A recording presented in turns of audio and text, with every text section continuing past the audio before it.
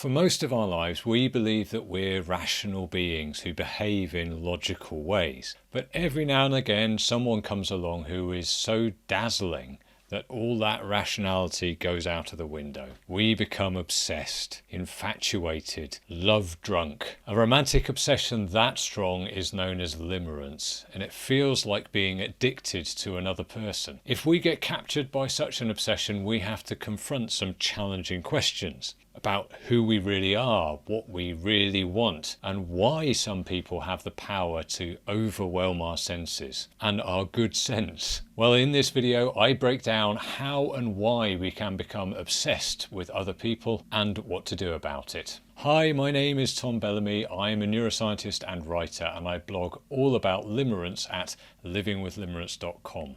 I'm also the author of the book Smitten, that explains how neuroscience can help us make sense of limerence and how to recover from it.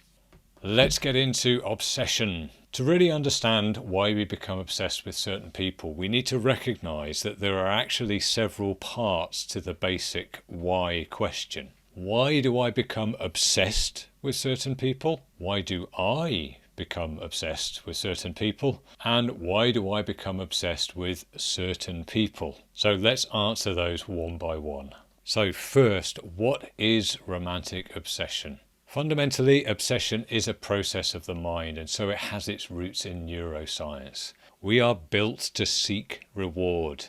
It's a deeply embedded neurological drive which allows all animals to discover good things in their environment, to benefit from them, and to learn how to secure more in the future. At the simplest level, this is obviously essential for finding food and shelter and security and a mate and all the other things that animals need to survive and thrive. For humans, of course, things are predictably more complex. Social rewards are very important for people, and they're a bit more abstract than juicy food, but they can be even more pleasurable. Now, it's not hard to understand why romantic attraction is so rewarding. It's one of the most thrilling, exhilarating, euphoric experiences in life. It's a driving force for seeking a mate and, well, reproducing. What's less obvious is why this emotional rush can turn into an involuntary obsession. What causes that transition from a giddy high of romantic reward to inescapable yearning? The neuroscience of limerence is best understood from the perspective of behavioral addiction. When we get properly infatuated with someone, we do literally experience an altered state of mind. Now, I have a video already all about the neuroscience of limerence. If you want more details, I'll put a link below.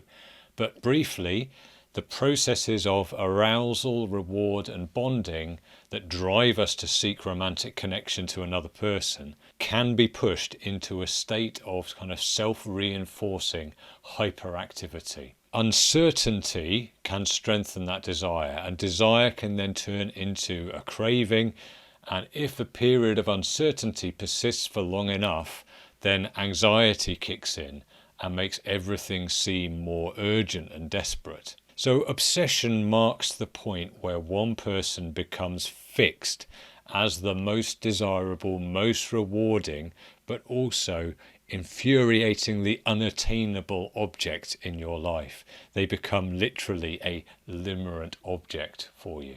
So the capacity for obsession is built into our brains, and the right people, maybe the wrong people, can trigger it at times when we are emotionally vulnerable. Okay, so the second way to phrase the question is, why do I become obsessed with certain people? Who becomes limerent? Well, it turns out that about 50% of the population experiences limerence at least once in their lives, and every demographic is covered. Men, women, gay, straight, bisexual, every race, every personality type. Many people have this capacity to transition into an altered state of mind, of limerence, of romantic obsession. But there are some times when limerence is more common. If you have an anxious attachment style, it is very likely that you will also experience limerence in your romantic relationships. Limerence is also more common in adolescence and also in midlife. Limerence is more common in times of stress or suffering, in part as a method of kind of emotional escape from the trials of life and a method for mood regulation. But the overall message is that there are fundamentally two tribes of people who experience early love in profoundly different ways. And the limerents are the people who go completely gaga with a full-blown obsession that takes over their lives. It's a trait that some of us have, and we just have to learn to live with it. The third form of our question focuses on them. Why do certain people trigger obsession?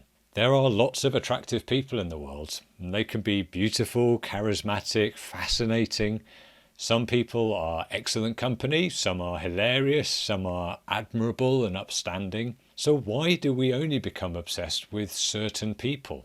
And even more baffling, why do we sometimes become obsessed with people who aren't extraordinary in any obvious way? Now, the idea that we each of us have a particular romantic type does have some academic support. So scientists have speculated for years about what it is that makes people attractive. And there are lots of hypotheses like their scent or their facial symmetry or the averageness of their appearance or the masculine or feminine body types being obvious or resemblance to our parents, either for good or for bad, and so on. There's plenty of speculation out there. In reality, of course, it's going to be a complex mix of factors for each of us because romantic attraction is highly idiosyncratic. We're all shaped by our personal history.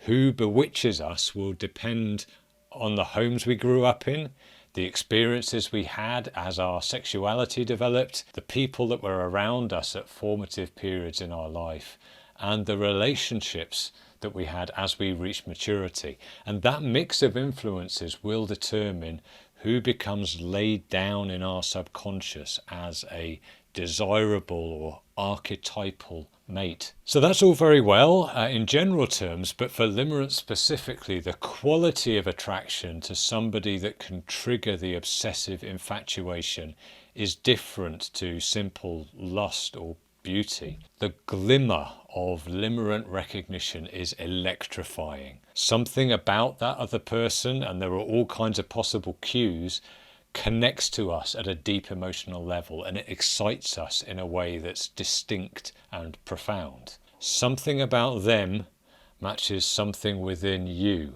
and it sets off the fireworks. They seem laden with erotic and romantic potency. So there's all kinds of things that limerence can respond to. Maybe it's the way that the other person laughs, or the colour of their hair, or their sense of humour, their confidence, their vulnerability, their flirtatiousness, their interest in you. In fact, thinking that somebody's attracted to you can be a surprisingly powerful aphrodisiac. What triggers the glimmer and excites the limerent circuits in the brain will be truly unique to you. But if there's one thing that I could identify as perhaps the most powerful force for kindling the limerence fire within us, it's eye contact. The eyes are said to be the window to the soul, and they're also a catalyst for limerence. So how can you protect yourself against unwanted obsession if it sets in? What can be done? Well, a surprising amount of the battle can be won simply through self-awareness. If you know that you have a limerent nature, if you figure out what kind of person and what kind of behaviour triggers that limerence glimmer in you, and if you get good at recognising that stirring of limerence excitement at an early stage, you can identify that mix of desire and danger and make better decisions about how to react before obsession for this exciting person fully sets in. We become obsessed with certain people because we have fundamental neural systems that drive us into a state of infatuation. And these can be overactivated at times in our lives when we're vulnerable to the romantic potential of a person who matches our subconscious template of a desirable mate. Knowing that truth about ourselves empowers us to make informed decisions rather than just following our instincts and our limerent excitement into the peril of person addiction and obsession. Now, if you'd like to know more about how to get out of that state of limerence after it's set in, check out this video next on the recovery mindset. But that's it for now. Thanks a lot for watching. I hope it was helpful. Subscribe if you'd like more, and I'll see you next time.